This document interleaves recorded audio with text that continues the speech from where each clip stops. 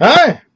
So I guess the first thing is that in 41 minutes from now, it is my birthday, right? The day of my birthday. I can't remember exactly what time I was born. I think it was like 7:45. I can't remember if that was in the morning or at night. I think it was in the morning. Something like that. I didn't even realize it was my birthday tomorrow until a couple hours ago, which is pretty crazy because you'd think I would have picked up on it. And I mean, my mother took off work and we're going to go out to Bernio's to have some pizza. And I didn't even realize that she's probably doing it because it's my birthday. I didn't even register. And so a couple hours ago during class, while I was teaching one of my students, we were talking, and he had his birthday yesterday, but today, right? They're 13 hours ahead of us. So it's the evening of January 31st here, and it's the still relatively morning of February 1st there. So he had his birthday yesterday for him, which is today for us, and I have my birthday tomorrow for us, which is today for them. So we had a big conversation about that, which was hilarious. So that was a lot of fun because he was like 8 or something, and that was cool. My blog recently, fairly recently, a few days ago, I believe reached over 10,000 views total. So I mean, it's kind of a weird number because 10,000 is cool, it's cool, but it's not very many either. So it's kind of it's interesting. But 10,000 views total, so which is cool. I mean, a lot of those will be repeats. They'll be I think mostly the same people, but some of them are new impressions. So I mean, it's a good sized number for people to read some of your stuff. I Well, a bunch of interesting things. It's kind of weird turning 29. I didn't think I'd be in this exact situation context in my life when turning 29. I talked to a couple of the guys that I went to 42 with, or the Piscine at 42, which is like their month-long tryouts, and that was what, 2 summers ago, last summer, something like that. And I guess two ago, because it's 2016 that I must have gone. Yeah, crazy. Uh, Time moves fast. And it's very interesting, right? It's an elite computer programming school, world class, and they place people. I mean, one of the guys that I was partnered with there now is a senior project engineer at Microsoft, and a number of the other guys have major software programming jobs like that.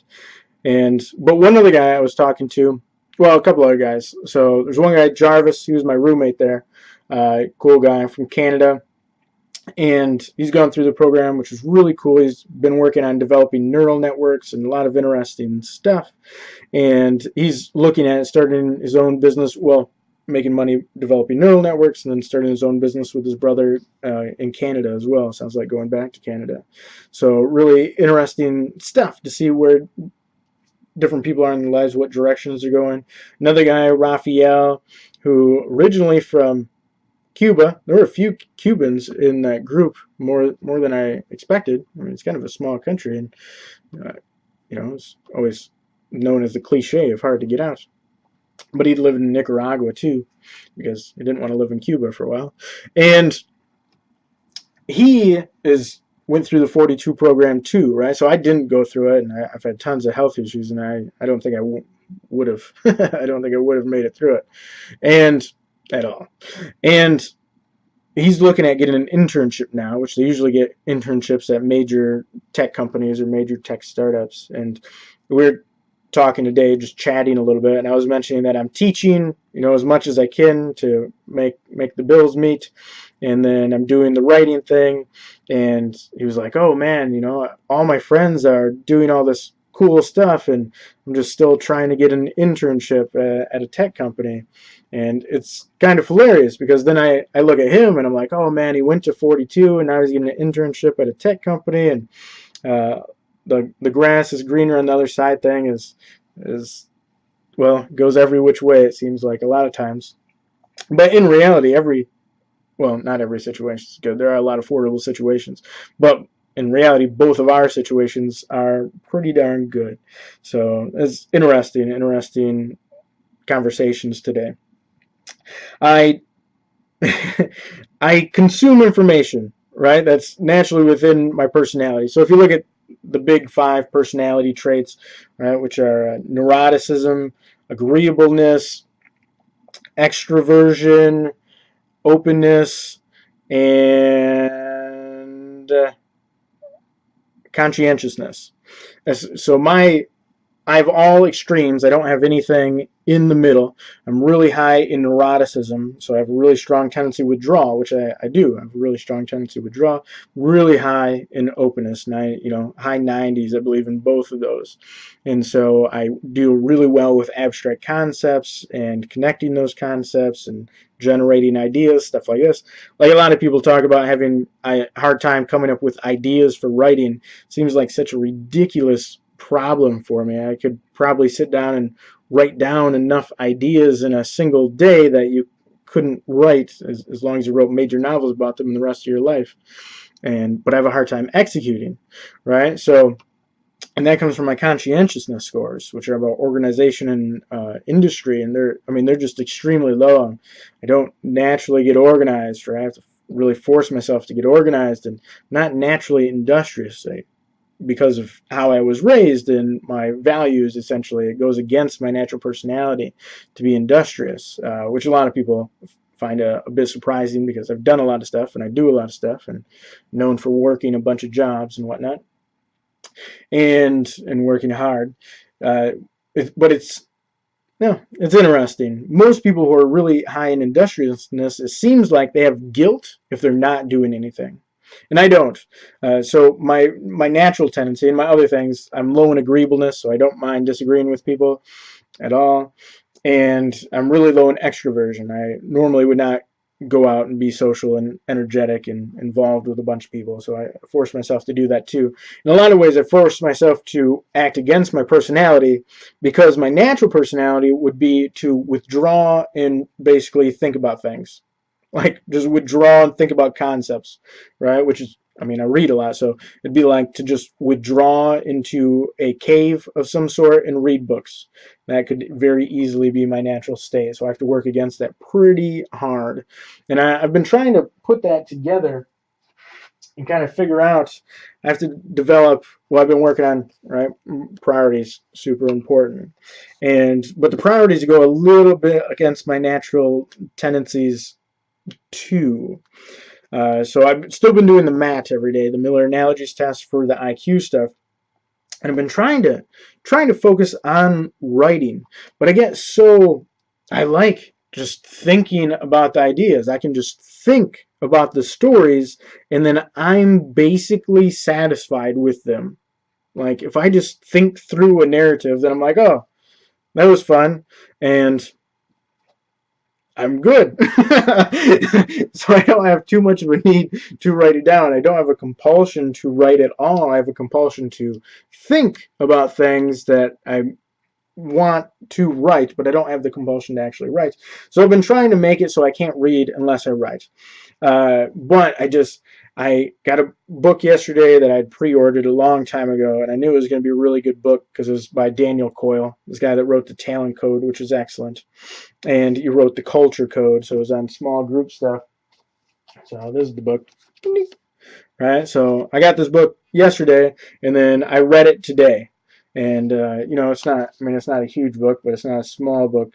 250 pages, right about there. And wow, it is. I mean, it is a good book. I go through and I do the red highlighting thing, and you probably can't see that basically at all in that video. But there's a decent amount of stuff. Yeah, you can see it a little bit. There's a decent amount of stuff red highlighted. Basically, every page has some. And I'll have to go through this book several times, which is why I do the red underlining so I can go through it quickly, all the really important things. And that was excellent, right? So I read that whole book today. And then I watched a little bit of Jordan Peterson's stuff. I took his course on Maps of Meaning, which is about narratives and human psychology, which is amazing, from the University of Toronto. I think it was about 25 hours. And then I took his personality course, which is incredible, and I think that was about 30 hours through the University of Toronto. And he put on a series of speeches himself, which I believe there's something like 30 hours long total, and I'm only maybe 3.5 hours into the 30 some hours of speeches that he gave on this. And it's on the psychological significance of biblical stories. And it is just astounding. The narrative stuff, the direction he takes that is so wonderful. It's great stuff, and stuff I really want. So I fell into, right, I read that whole book, and then I watched like an hour of Jordan Peterson a day too. So I fell into that, just kind of like withdraw and consume information, right? Or it works out really well to describe it as something like withdraw and dream. Like a really high openness like that, just by itself, has this natural tendency to be associated with dreaming, whether that's dreaming at night, which people high in openness do, and I dream a lot, or daydreaming, right, which is a very natural tendency for me, or I can't stop it, at least. So I have that natural tendency to withdraw and dream. And then other people, so the exact opposite personality would basically be the personality that expands and creates. And I don't have almost any of those natural traits, right? Everyone has some of everything, even though I am in the 0th or 99th percentile for some stuff. But I don't have that natural tendency to expand and create stuff. So I've focused at parts of my life on collecting experiences, so I've done quite a few of those, but I really need to gear up to get in some sort of rhythm where I withdraw and dream, then expand and create, withdraw and dream, expand and create, withdraw and dream, expand and create. Now I have to balance that into the super tight time schedule. Like I should be sleeping right now instead of doing this. And then my conscientiousness scores. So the organization and industry are huge factors for me, right? So like in plasticity, so there's plasticity and stability is how they classify them. So openness and extroversion are plasticity, and then neuroticism, conscientiousness, and agreeableness are stability. And the plasticity scores, openness, which I'm really high in, and extroversion, which I'm really low in, that group is highly associated with achievement in creative fields, which is what I'm trying to do, right? I would like to do the writing. Also entrepreneurial, because entrepreneurs have to be quite creative, right? They're trying to solve problems in a way that you can't apply a formula. A lot of people try to apply formulas, but the kind of the point of starting something new is that you can't exactly apply a formula. So plasticity scores have really high correlations with creative achievement and entrepreneurial achievement. And I basically have half of what I need to have that natural tendency. I have the openness, I don't have the extroversion. But I've developed public speaking quite a bit. I've completely rearranged how I socially interact to a large extent, especially since I was young and I was more, well, a lot of people called me antisocial. And so I've worked on that a lot, on that. It's not necessarily weakness. There's advantages to basically all sides of every one of these traits. But the world, as far as what we normally consider achievement, really doesn't reward like just withdrawing and thinking about a bunch of stuff, right? Those people are considered eccentrics and not very useful unless they do something with the idea. The idea generation itself is not highly valued. You can see that in, right, like authors. Authors write a book, right? It seems like they do the work, and then they get a few percent, maybe 5%, maybe 10% of the total sales of the book. So it's actually the people that make the book, distribute the book, sell the book, right? The people that really do the expansion that are more valued. So it's the extroverted people that are really rewarded in that sense. And they don't make all of the other 95 too, and a lot of expenses there. But nevertheless, you see there's some disparity there to what you might naturally think if you didn't already have that conception coming into it. But anyways, if I can combine my natural openness with some extroversion, which I've been working on for years, then it should have a very high correlation with achievement in creative or entrepreneurial fields, but not necessarily so much with fitting into a company, which I don't do well at all.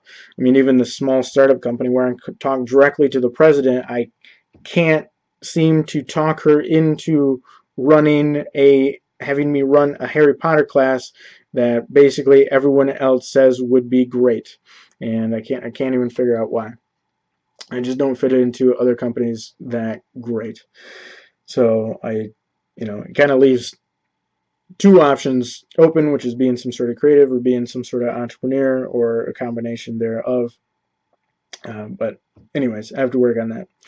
And then the other thing that's really associated with achievement scores in everything is conscientiousness. Because if you're organized and you're industrious, it really ups your probability that you're going to achieve something over time.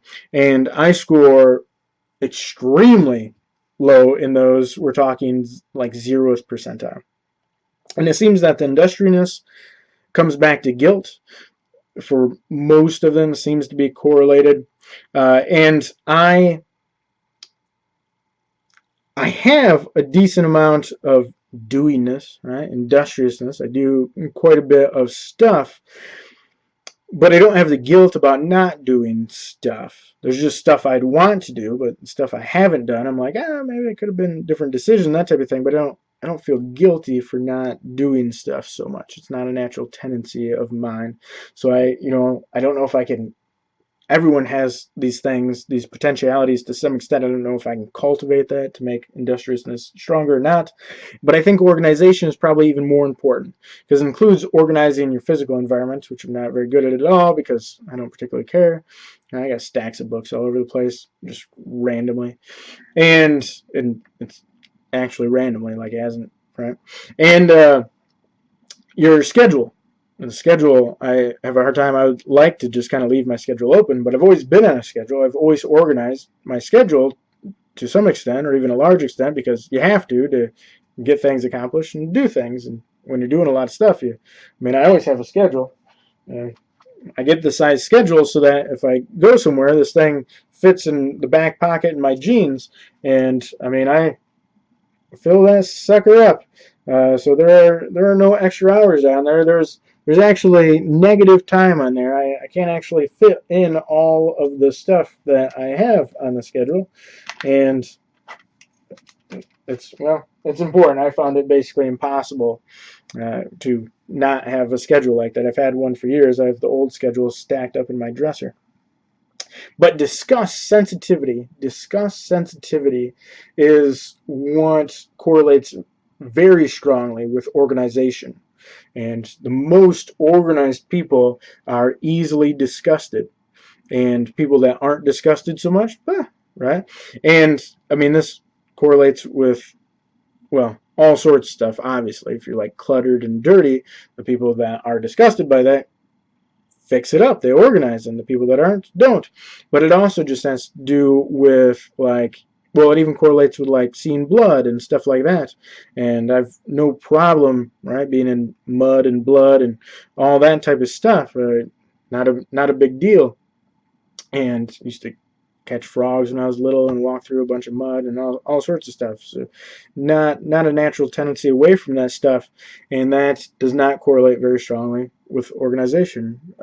So that discuss sensitivity is another thing. Can you cultivate that? Should I cultivate that? I'm not exactly sure. So interesting stuff, I think. But tomorrow, I guess tomorrow's my birthday, so I'll go have pizza with my mother. I have to work for a few hours in the morning. I have to work for a few hours in the evening. Not this coming weekend, but the next weekend. I'm doing kind of an experiment, see how much I can work. And I'm going to work like, something more like a normal person, I guess. They're not normal shifts necessarily, but like the type of hours I used to work, or that quantity. So like on the 10th, I'm working 9 hours total that day. And then let's see, on the 11th, I'm working 8 hours, right? So from just the 10th and 11th, just those 2 days, I'll be working 17 hours. And we will see how that goes. The schedule is already grinding me, and I got a week away with working a split shift before I try that one out. I mean, I used to work 17 hours in a weekend, no problem. I used to do more than that over a weekend. So, but right, that was when I was healthy. And well, we'll see. But I want to set it up as an experiment. I think I'm going to back off signing up for hours after that. I have to sign up that far out. This week, right? And then I have to sign up for the hours when they come available through that company, that big company where I'm a cog on the wheel. And then, so I'm going to have to start signing up for the next week before I get to those weeks. But I'm going to try that as an experiment to see how much I can actually do in a couple of days work-wise.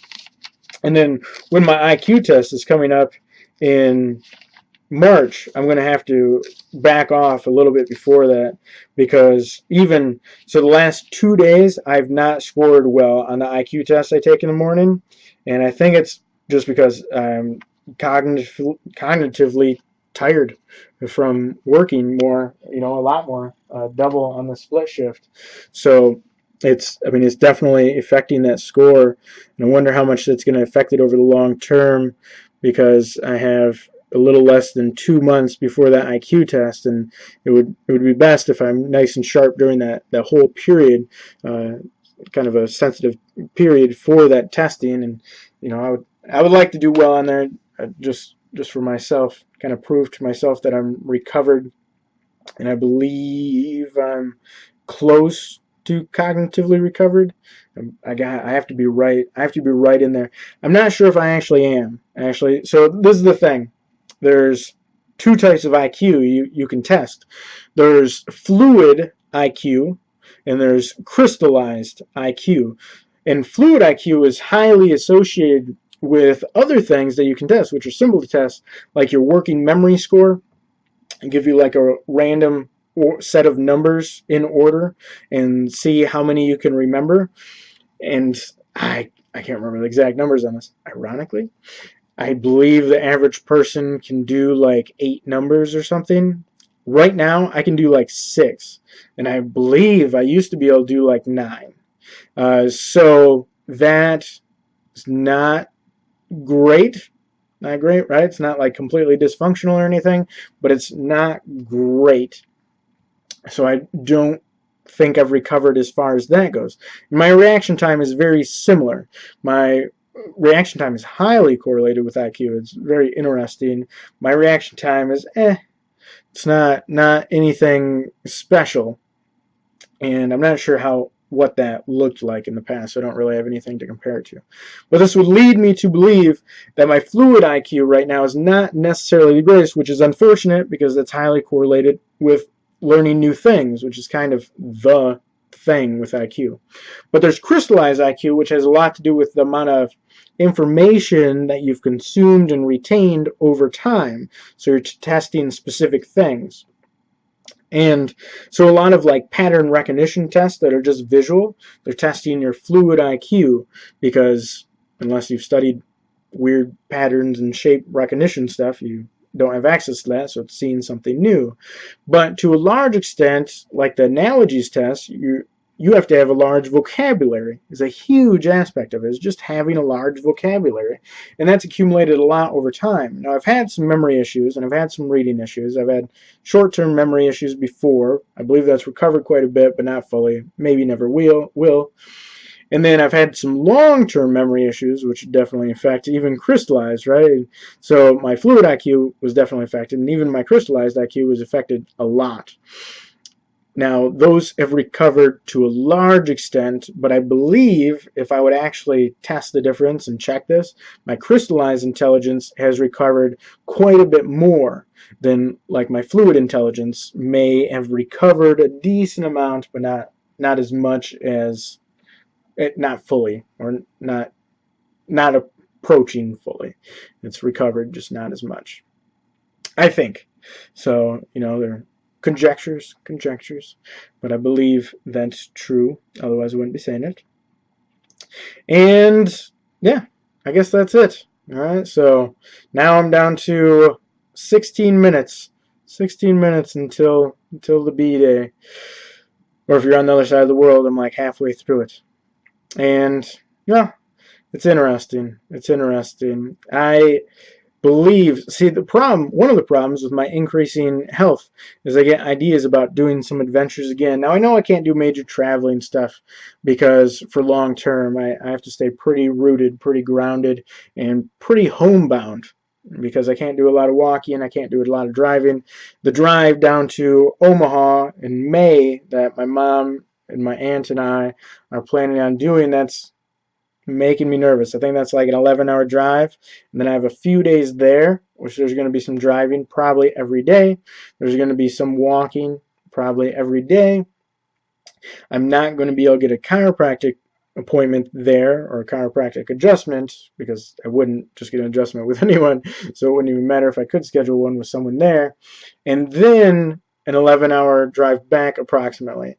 So that is probably going to kick the crap out of me, and I'm a bit nervous about that. We'll see how that goes. But anyways, I was thinking that maybe, right, I always had this rolling list, maybe alligator wrestling I could do. There's actually like a training facility in Colorado, oddly enough, started as like a rescue. Quite a few states it's legal to own crocodiles and alligators, but then obviously they grow up to be crocodiles and alligators, so a lot of people abandon them as pets. Duh. Right?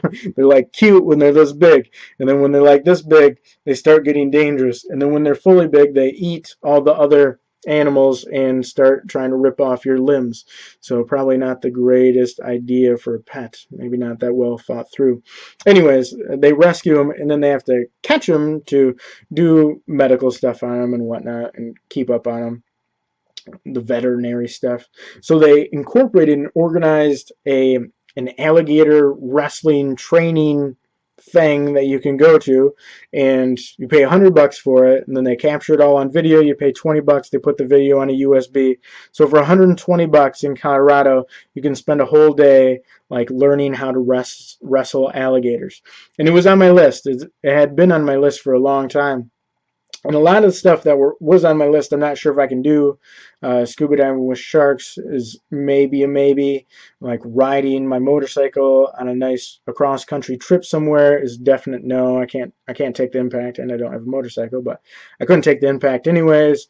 Doing some sort of long hiking trip, can't take the impact. So a lot of a lot of stuff, all the overseas stuff, going to jungles and deserts and traveling the world type stuff. Big boat rides over the ocean, like all that stuff is eliminated because my spine can't take the impact. But maybe flight to Colorado, a day of wrestling alligators, a flight back, maybe in the next few years, if I recover a bit more than I have now, maybe I could get that one in. So my adventure list now reads, right? I used to read a bunch. I always had that rolling list, and then it dropped down to 0 when I accepted my extreme limitations, and now it's back up to like a maybe 1 over the next bunch of years. So we'll see. This next summer, I'm definitely going to go on the riverboat, the Grand Lady, down in Grand Rapids. So that is like a little adventure. Me and my mom go on that. We went on it twice last year. After I read Fever Dream by George R.R. Martin, which is great.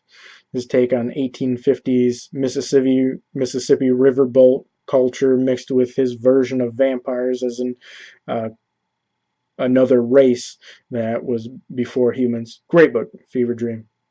But anyways, so I do little adventures like that, but even that, I have to limit the amount that I drive to somewhere like Grand Rapids. It's an hour away, and that's hard on my spine as well. So just kind of a crazy idea that I'm thinking about. It'd be cool if I could get that in the next, anytime basically. If I could get that in the next 5 years would be cool. So the list is back up to 1, right, which is kind of positive. Hopefully not overly optimistic, because if your expectations grow and then the reality is lower, then that feels really bad. It's better for feeling to have the lower expectations and the reality be a little bit better, and then you feel really good. So, but a lot of times it's harder to achieve or do stuff that way. So it's a balancing act that I'm working on. Obviously, working on a lot of stuff. All right, so T minus 11 minutes till B day. I'm gonna try to not stay up until then. I'm gonna get to sleep before then because I only have a few hours, 4 hours and 42 minutes plus 11, so 4 hours 53 minutes till I work again. It's crazy. Split shifts. Anyways, till next time.